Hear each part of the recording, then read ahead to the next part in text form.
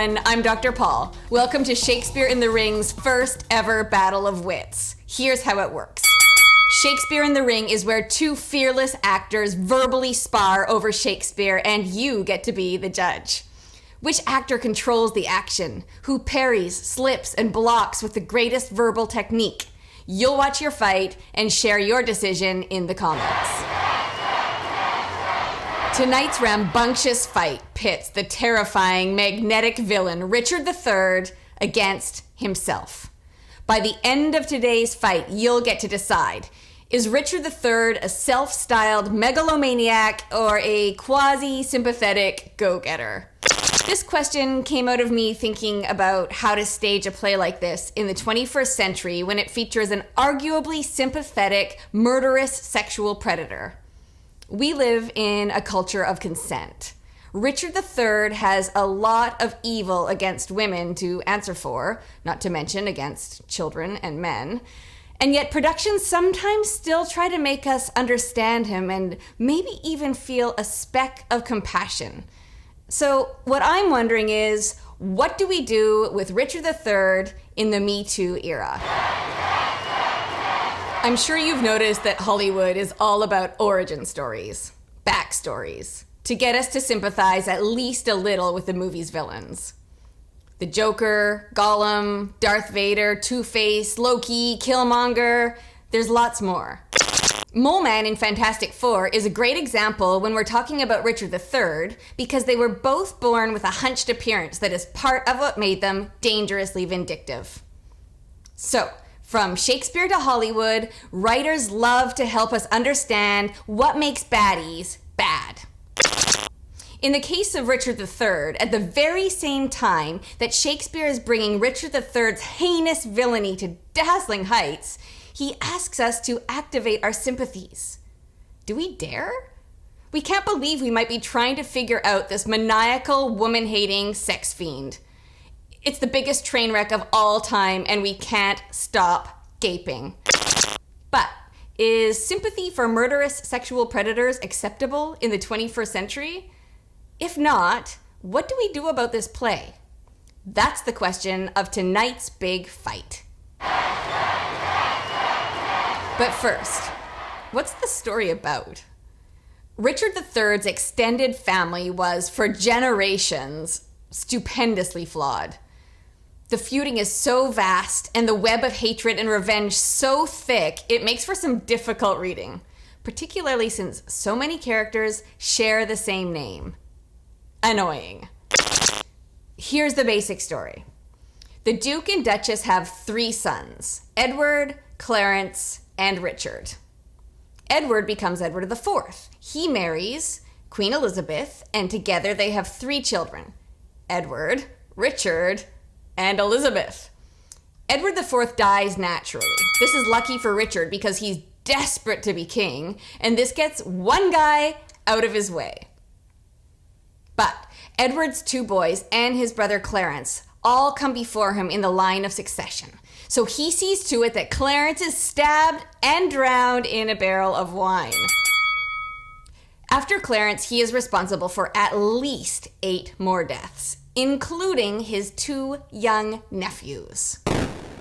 He also tries to marry his brother Edward's daughter, Elizabeth, who is also his niece, folks. Shortly after, he has his first wife, Lady Anne, poisoned, whose first husband and father-in-law he has also killed, by the way. After killing nearly everyone, Richard becomes crowned king. But he has enemies, lots of them. And a powerful one is Henry, Earl of Richmond, who kills Richard at the Battle of Bosworth, and that is the end of the maniacal King Richard III. Okay, let's get ready to rumble. Kerry, Richard the sympathetic hustler Griend, holds major titles on stage and screen across Canada. Donna Richard Weinstein Ford has dazzled fans across Western North America with her unrivaled dexterity and her wicked Shakespearean left hook. Who will be the winner in this fight over Richard's divided self in Shakespeare's bloody family battle? You be the judge.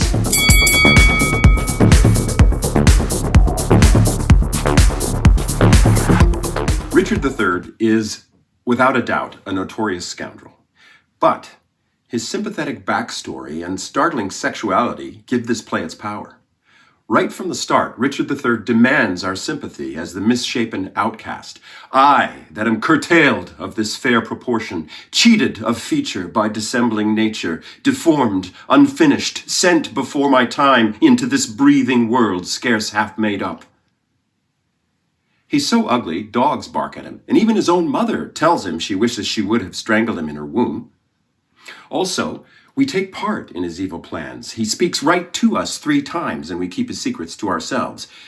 It's a genius move because it helps us understand how characters are drawn to him. When productions make Lady Anne attracted to him, we kind of get it. She hates herself for it. My woman's heart grossly grew captive to his honey words. In the play's opening monologue, Richard III makes vulgar comments about women repeatedly and declares he is determined to prove villain. For the rest of the play, his MO is to kill basically everyone and coerce women, who he sometimes kills. His first female target, and if there was ever a moment to spotlight victim blaming, it's here, is Lady Anne. He tries to get her to marry him, even though he has just slaughtered her husband and father-in-law. And he blames her beauty for his butchery. When Anne agrees to marry him, she is giving in to a man who just moments ago said, "I'll make a corpse of him that disobeys." And then he kills her by poison. The obscene powermonger then finds new prey, his niece, Elizabeth. He tries to get her through her mother. Her mom is terrified about the consequences of her daughter's refusal. Richard's threat is barely veiled when he tells her to imagine the death, desolation, ruin, and decay that only marriage between himself and his niece can stop. Because he tells us his secrets, we can also marvel at his Oscar-worthy deceit. Even his brother Clarence is fooled, outrageously calling Richard kind. Then there's that scene where he's haunted by the ghosts of all of his victims. They're basically his conscience, and he's tortured by it. He manages to squash it, but we've seen a glimpse of his humanity that nurture, not nature, has destroyed. Without fleshing out all Richard III's intricacies, he becomes a one-dimensional textbook villain that demolishes Shakespeare's mastery of crafting fully human, fascinatingly complex characters. Even now, systems protect predators. Can you imagine the corruption in 1487? The metoo era demands that we reframe stories of sex and power to highlight the ordeals women face around the world. The female characters Richard III preys on need to be cowed by him, bullied into those relationships. He must be played as an elfish, marked, abortive, rooting hog, a slave of nature, a son of hell, a rag of honor. What a fight. And big thanks to our fearless actors for providing us with such clever and dizzying entertainment.